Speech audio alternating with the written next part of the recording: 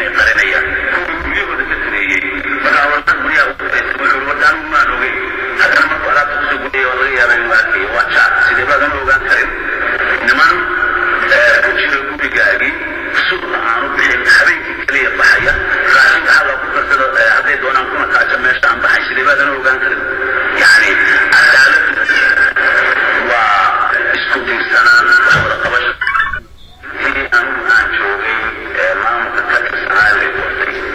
wax badan baan arkay waxaa ii yimid kuwo shabaab lagu soo qalkuustay baa lahaya wuxuu qabanayay baa lahaya haddana waxay ku leeyihiin wiilkaygu waa inasan dembi male hadda sii daayo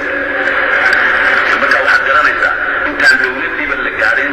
shicibkii ama dadkii reer puntland